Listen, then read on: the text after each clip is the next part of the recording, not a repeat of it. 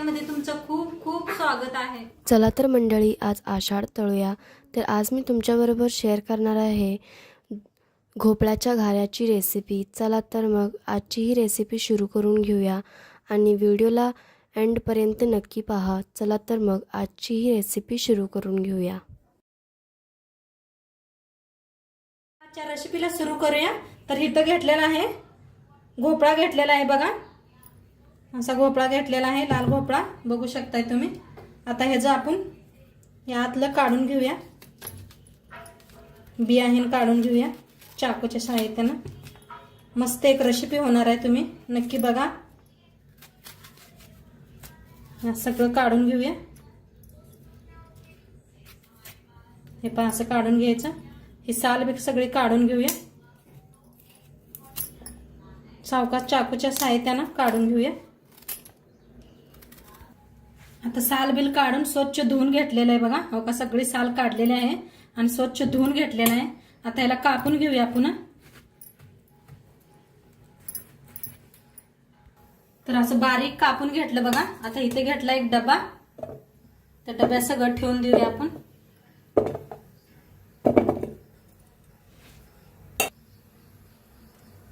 तर ह्याच्यावर ठेवूया आपण, थोडंसं वतूया पाणी, जास्त नाही थोडंसं वतायचं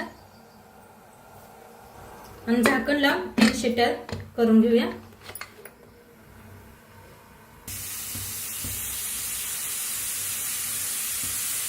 तर बघा कुकरची शिट्टी द्यायला लागले।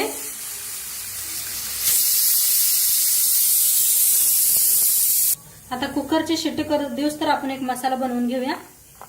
आता ह्याच्यात टाकूया, मिक्सरचं भांडं घेतलंय, लसूण घेतलाय बघा देशी, एक गड्डा सोलून घेतलेला आहे, अद्रकचा तुकडा घेतलेला आहे, त्याला असं बारीक करून घेऊया जरा चाकून।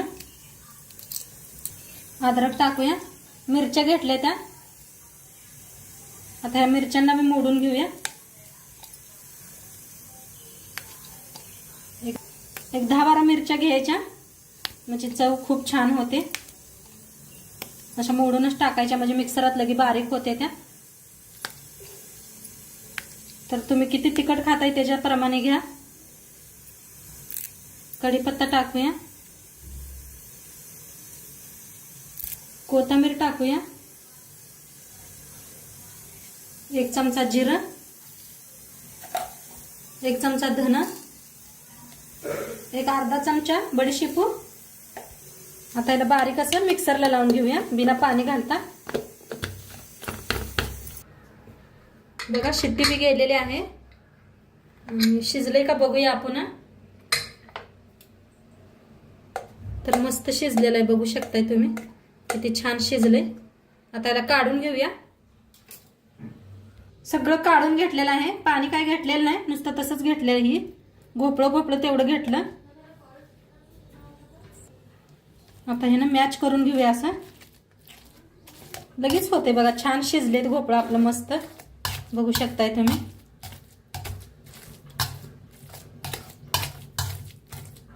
असं छान शिजवून घेतलं की नाही लगेच बारीक होते। मॅचर नसलं तर तुमच्याकडनं गलास घ्या आणि थंड झाल्यावर बारीक करून घ्या, नाही हाताला पुळवून घ्यायचाला। हे पहा मस्त असं बारीक झाले आणि तो वाटून बी वाटून घेतलेला आहे बघा बारीक असं। आता ह्याच्यात वतूया,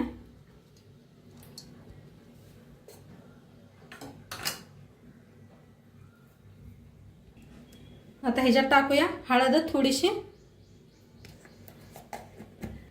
थोडस लाल तिखट, हिरव्या मिरच्या बी टाकल्या तर आपल्या अंदाजानच टाका, चवीप्रमाणे मीठ।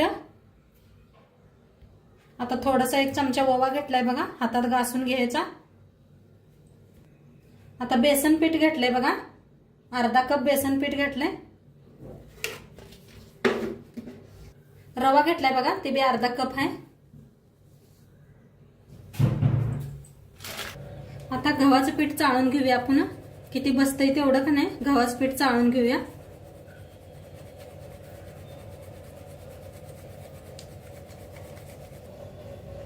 आता चाळून घेतलंय पीठ। आता वर टाकूया आपण कोथिंबीर, बारीक अशी कापून घेतलेली आहे बघा, आता सगळं असं पीठ मिक्स करून घेऊया आणि किती बसतंय तेवढं बघून का नाही पीठ मळून घ्यायचं. गव्हाचंच पीठ वापरायचं. मग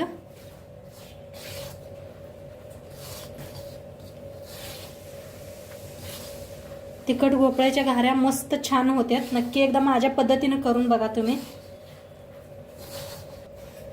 तर बघा असं मस्त पीठ मळायचं. पाणी अजिबात वापरायचं नाही. त्याचं आमच्याच भोपळ्याचं पाणी खूप असतं या. छान असं पीठ मळून घेतलं का नाही जास्त वेळ ठेवाय बी लागत नाही. घासून घासून मळायचं पीठ.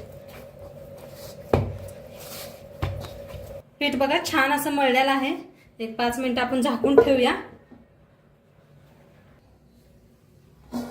बघा तर पीठ आपलं छान भिजलेलं आहे, बघू शकताय तुम्ही.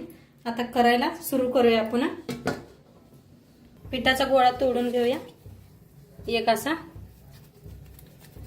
मोठा गोळा तोडून घेऊया. हो का. आता याला झाकून ठेवूया. आता याच्यात तुम्ही पळपूट घेऊ शकताय लाटायला. आता थोडं तेल लावून घेऊया. तेल लावून पसरून घेऊया सगळं आणि लाटून घेऊया आपण गोळ्याला.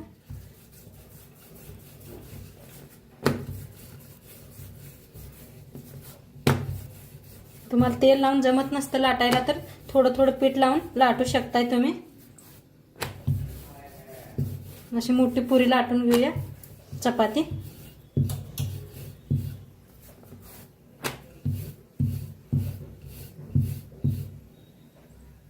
अशी लाटून घेतल्या. आता वर जरा कसकस लावायची अशी, म्हणजे दिसायला खूप छान दिसतंय. कसकस लावून थोडंसं लाटून घेऊया. वाटी घेतलेली आहे बघा. आता वाटीनं कापूया आपण. हे पहा असं.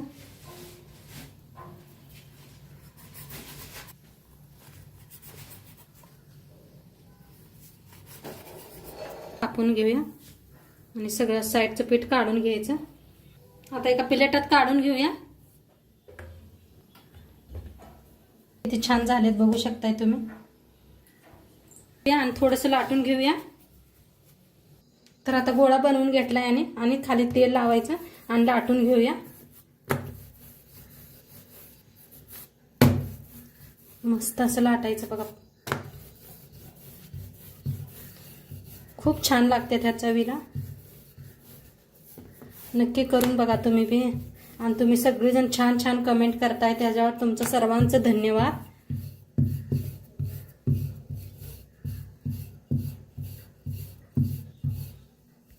बघा दुसरे बी असे कापून घेतलेलं आहे. बघू शकताय किती मस्त असं उचललं म्हणजे निघतंय सगळं. हे पहा बघू शकताय किती भारी मस्त झालेलं आहे. आता प्लेटात काढून घेऊया आणि तळून दाखवते तुम्हाला. असं बक्कळ करून ठेवलं म्हणजे का नाही भराभरा तळायला बी येतंय. तेल बी तापलेलं आहे. आता तळून दाखवते तुम्हाला. किती तेलात बसते तेवढं सोडूया आपण.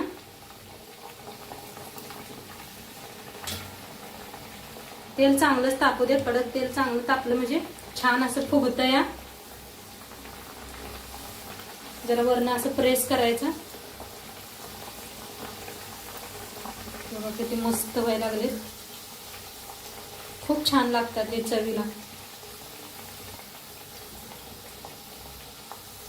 आता फिरवून घेऊया. दोन्ही साईडने असं छान तळून घेऊया.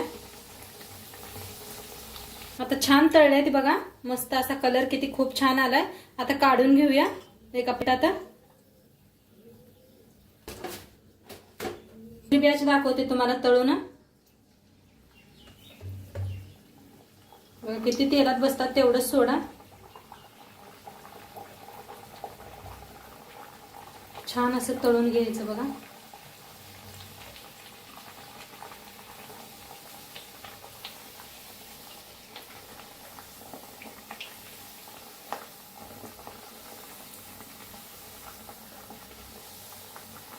आता फिरवून घेऊया. फिरवून घेऊन दोन्ही साईडने छान असं तळून घेते.